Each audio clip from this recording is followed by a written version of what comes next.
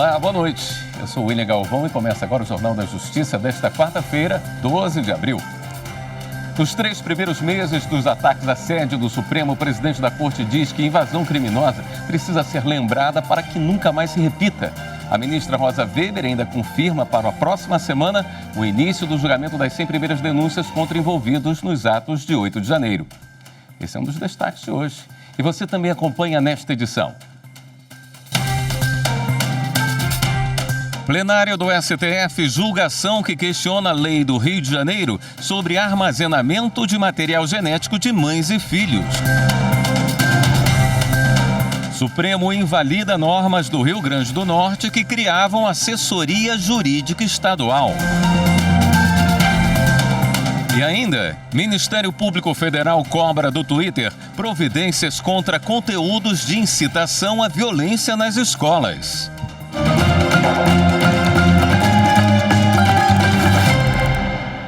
A presidente do Supremo Tribunal Federal, ministra Rosa Weber, lembrou hoje os 3 meses dos ataques à sede da Corte.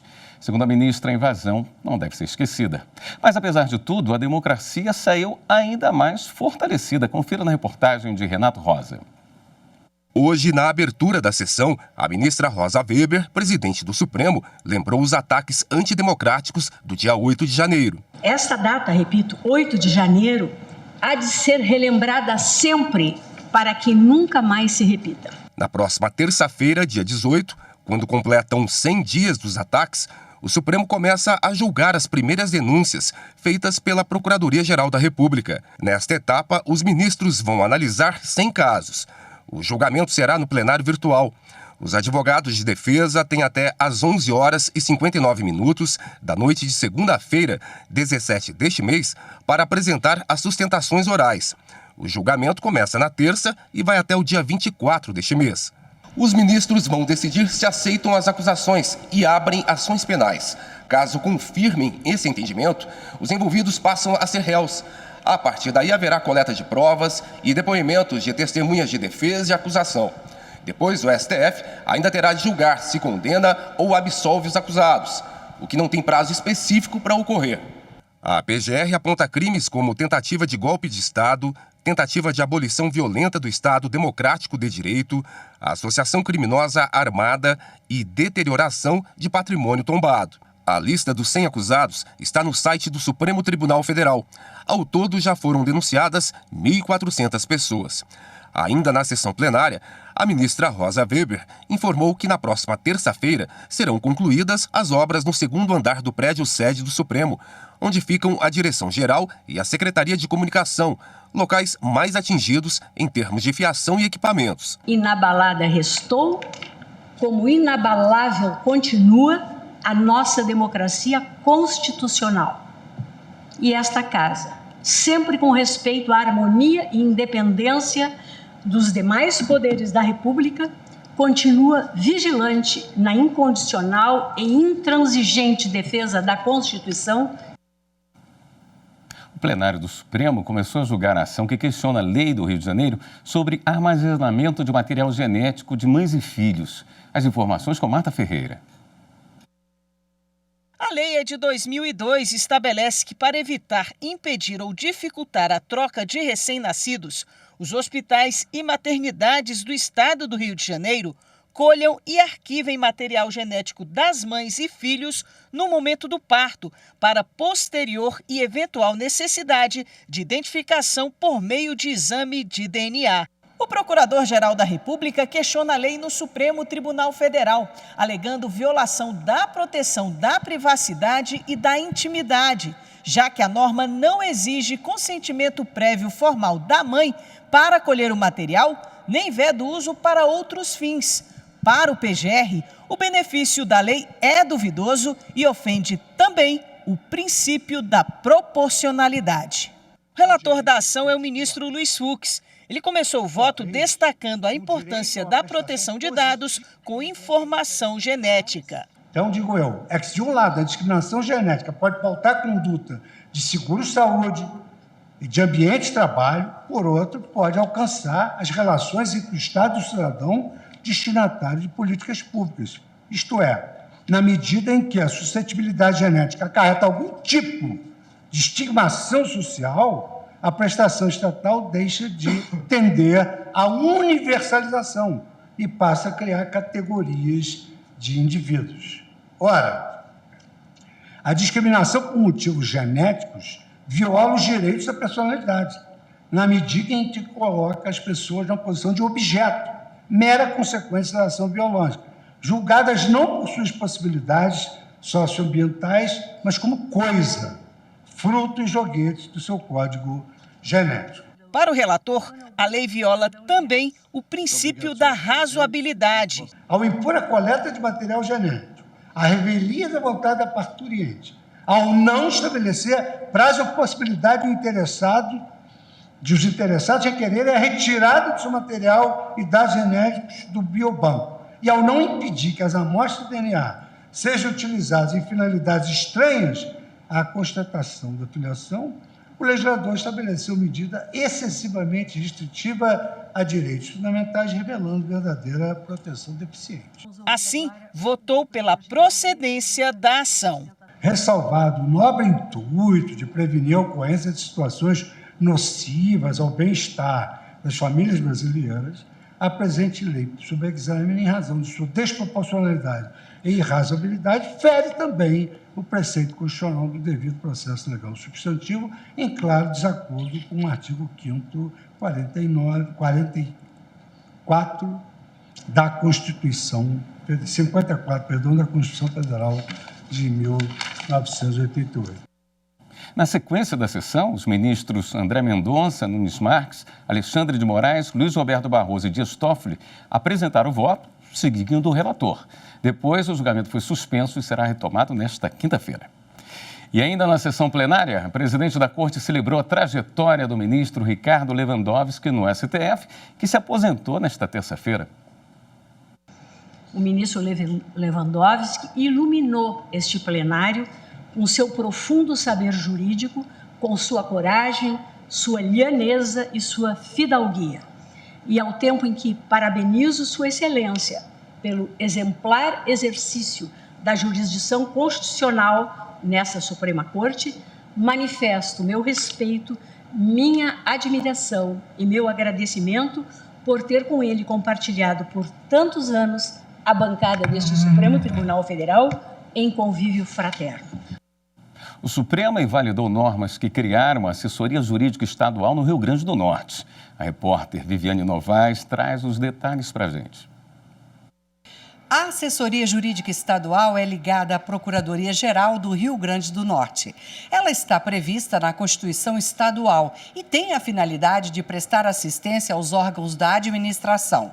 Os ministros do Supremo entenderam que as normas que criaram e estruturaram essa assessoria violam a Constituição Federal. Segundo o texto, a representação judicial e a consultoria jurídica competem apenas aos procuradores dos estados e do Distrito Federal. O STF modulou os efeitos da decisão de invalidar as normas do Rio Grande do Norte. Tornou a assessoria jurídica e os cargos de assessores jurídicos uma carreira em extinção e determinou que os atuais ocupantes exerçam funções sob a supervisão direta de procuradores e procuradoras do Estado.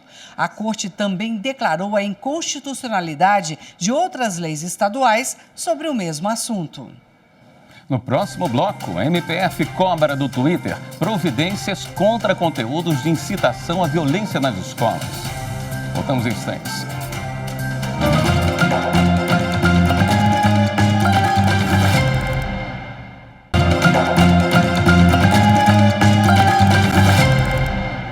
O Ministério Público Federal requisitou ao diretor jurídico do Twitter Brasil informações sobre quais providências estão sendo adotadas em caráter emergencial para a moderação de conteúdos relacionados à incitação de violência e a notícias de possíveis ataques a escolas. Madeleine Machado. O pedido do MPF ao Twitter foi feito no inquérito civil público instaurado em 2021, com a finalidade de investigar a postura das principais redes sociais e de aplicativos de mensagens no Brasil no enfrentamento das fake news e da violência digital. No ofício, o procurador regional dos direitos do cidadão, adjunto em São Paulo, Yuri Correia, destaca que a cobrança de informações é para verificar eventual responsabilidade da plataforma por violações de direitos que podem ser causadas pela deficiência de sua política de enfrentamento da desinformação socialmente danosa e da violência no mundo digital. O procurador quer que o Twitter também preste informações sobre as providências adotadas em termos de moderação de conteúdo e quer saber se a plataforma tem planos para elaborar protocolos voltados à moderação de conteúdo em contextos emergenciais.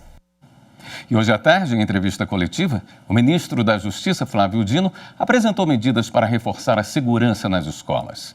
Ele disse que serão instalados procedimentos para apurar a responsabilidade de plataformas virtuais na disseminação de ameaças e que até agora já foram detectadas cerca de 1.000 perfis em redes sociais que incitam os ataques.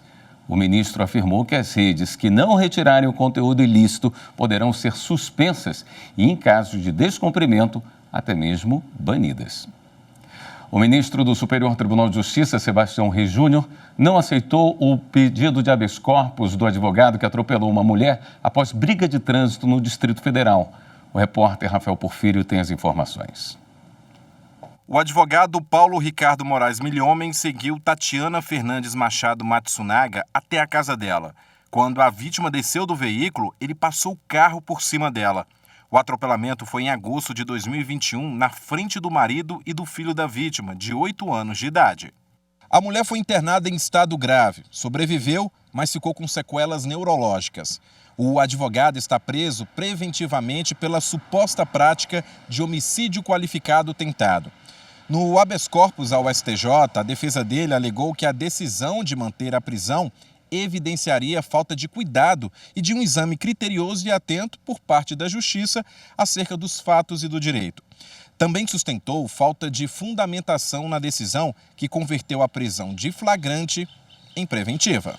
Ao não conhecer do habeas corpus, o ministro Sebastião Reis Júnior apontou que o réu havia interposto recurso em março do ano passado, com o mesmo objetivo, alegando constrangimento ilegal por deficiência de fundamentação da ordem de prisão e falta de contemporaneidade em relação aos fatos que lhes são imputados. Com isso, o magistrado destacou que o presente habeas corpus ficou com um processamento prejudicado, por configurar mera reiteração de pedidos já submetidos ao STJ. E a sexta turma do STJ manteve a prisão de policiais rodoviários envolvidos na morte de Genivaldo de Jesus Santos dentro de uma viatura da corporação. Confira na reportagem de Marina Campos. Ao negar o pedido de soltura, o colegiado, por unanimidade, considerou fundamentada a decisão que decretou a custódia preventiva de 2 policiais rodoviários federais acusados pelos crimes de tortura, abuso de autoridade e homicídio qualificado no episódio conhecido como Câmara de Gás Improvisada, que resultou na morte por asfixia de Genivaldo de Jesus Santos em Umbaúba, no estado de Sergipe. A prisão preventiva foi baseada nas informações de que a vítima teria problemas mentais e não ofereceu resistência à abordagem da PRF, além dos indícios de que os agentes teriam usado a força em desacordo com as normas do Ministério da Justiça, especialmente no tocante à utilização das armas químicas.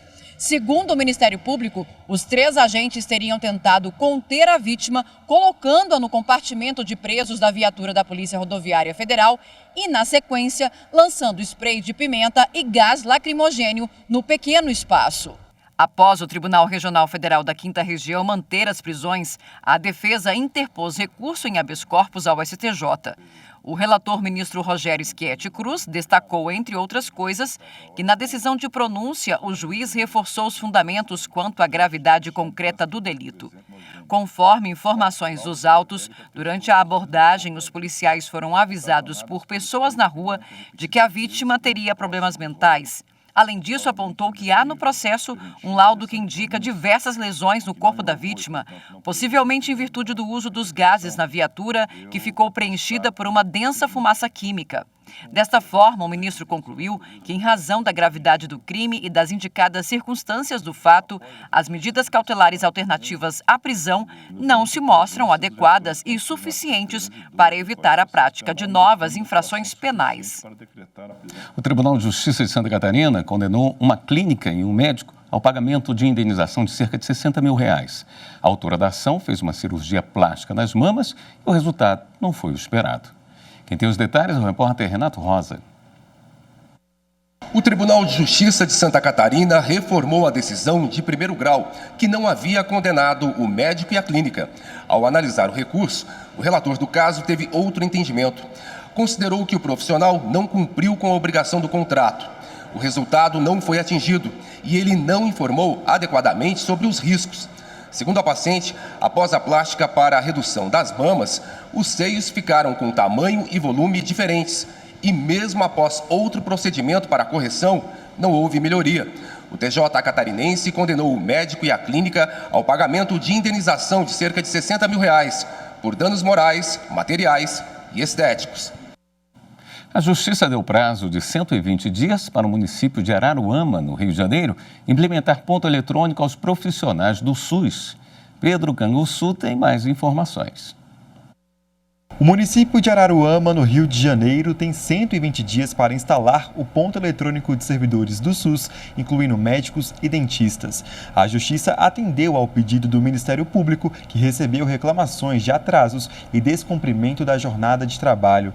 A Justiça determinou ainda a instalação de quadros que informem ao usuário, de forma clara e objetiva, os nomes e especialidades de todos os profissionais de saúde em exercício no dia e horário de início e término do trabalho. O quadro também deverá informar a frequência dos profissionais para a consulta dos cidadãos.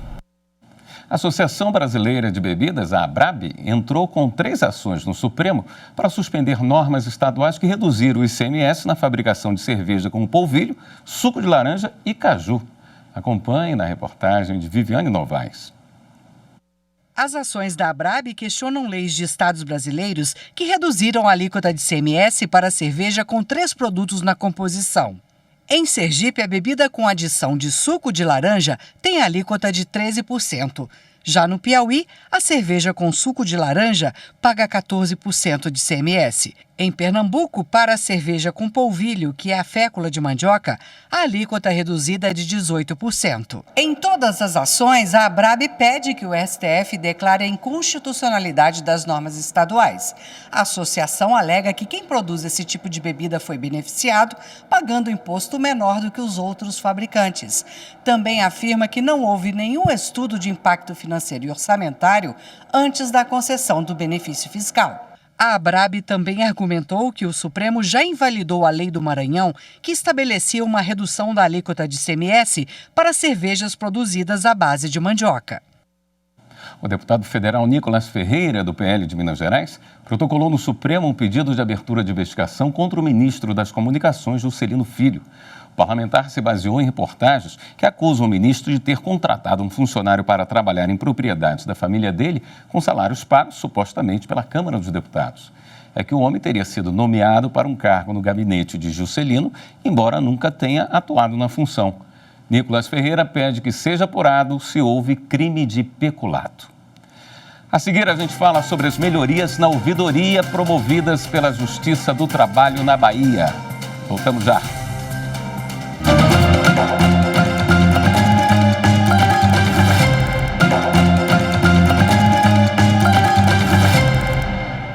Um acordo de cooperação do Tribunal de Justiça de Mato Grosso com a Corte Interamericana de Direitos Humanos vai proporcionar a troca de experiências entre as instituições.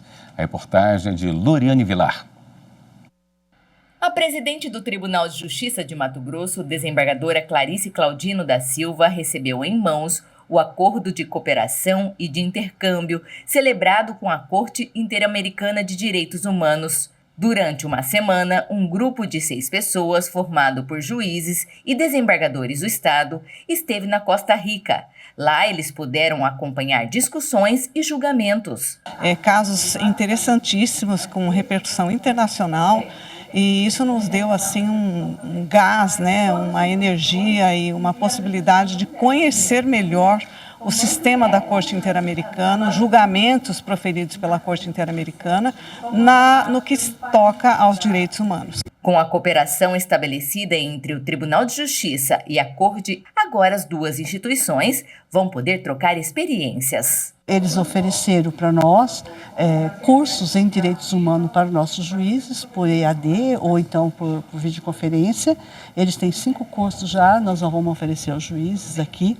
E eles ofereceram também para que os membros da corte, que eles possam vir aqui presencialmente em Mato Grosso e fazer cursos para o nosso juiz em direitos humanos. E também desenvolver um viés que muito interessa a administração, que é no campo da justiça restaurativa.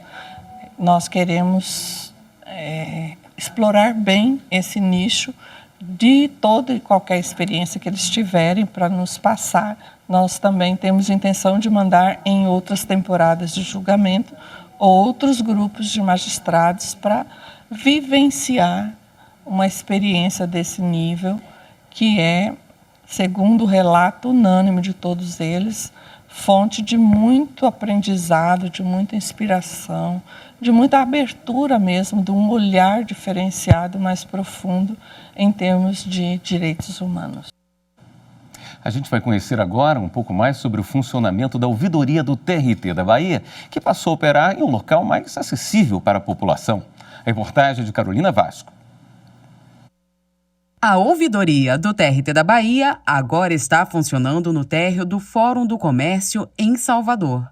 José Raimundo e Paulo Roberto compareceram ao novo espaço. Eles fazem parte de um grupo de ex-funcionários com processos já vencidos contra uma petroleira, mas que ainda não receberam o pagamento. Eu fui muito bem recebido, né? E realmente surgiu o efeito que eu esperava. Em uma semana houve um movimento de um processo que está emperrado e nós estamos realmente procurando um caminho. Já morreram muita gente e estamos tentando uma solução. A empresa está empurrando sempre para frente os processos, né? E não tem mais outra instância para a empresa. A ouvidoria tem feito um trabalho para solucionar essas demandas, que não é pouco. Nós temos um volume bastante considerável, mas temos servidores na ouvidoria que são altamente qualificados, que prestam um serviço de excelência, e esse trabalho merece ser divulgado e para que as pessoas compreendam o que nós fazemos. Para a diretora da unidade, estar em um local com mais visibilidade torna o serviço acessível. O fluxo é muito grande de pessoas que transitam aqui no prédio, né, no dia a dia. E a gente está localizado no prédio, facilita as pessoas virem até a gente para tirar dúvidas, sugestões, reclamações. E a gente fica mais perto de quem usa, né, a ouvidoria, que é o público interno e externo. É de suma importância, porque não com a alocação de um espaço dedicado no térreo, não só os advogados têm acesso e conhecimento desse setor do tribunal, mas como toda a sociedade que milita, que atua aqui no prédio. Da mesma forma como nós temos o saque trabalhista. Então, a ouvidoria estar perto do jurisdicionado é de extrema importância, porque lá vai se dar encaminhamento para demandas direcionadas ao ouvidor. Instalada desde 2003 aqui no TRT da Bahia, a ouvidoria recebeu no ano de 2022 6.796 solicitações, seja por telefone, e-mail ou formulário disponível no site. Castilho também explica como funcionam os encaminhamentos dessas solicitações. A gente analisa com o ouvidor, hoje é o Dr. Marcos, e aí ou a gente manda para os setores ou a gente já responde o que tem que ser feito na hora e tudo. Então, depende. Mas assim, 90% é resolvido aqui mesmo. Os outros que são encaminhados para os setores aqui do tribunal. E quando não é competência da Justiça do Trabalho, a pessoa é encaminhada para o órgão competente. Nossa reivindicação está sendo bem encaminhada. Peço às pessoas também que não têm esse acesso, que venham que aqui a gente pode encontrar a solução. Quem deseja buscar atendimento pode comparecer à unidade do comércio das 8 às 15 horas, exceto feriados. Esta edição do Jornal da Justiça fica por aqui. Uma ótima noite para você. Até amanhã.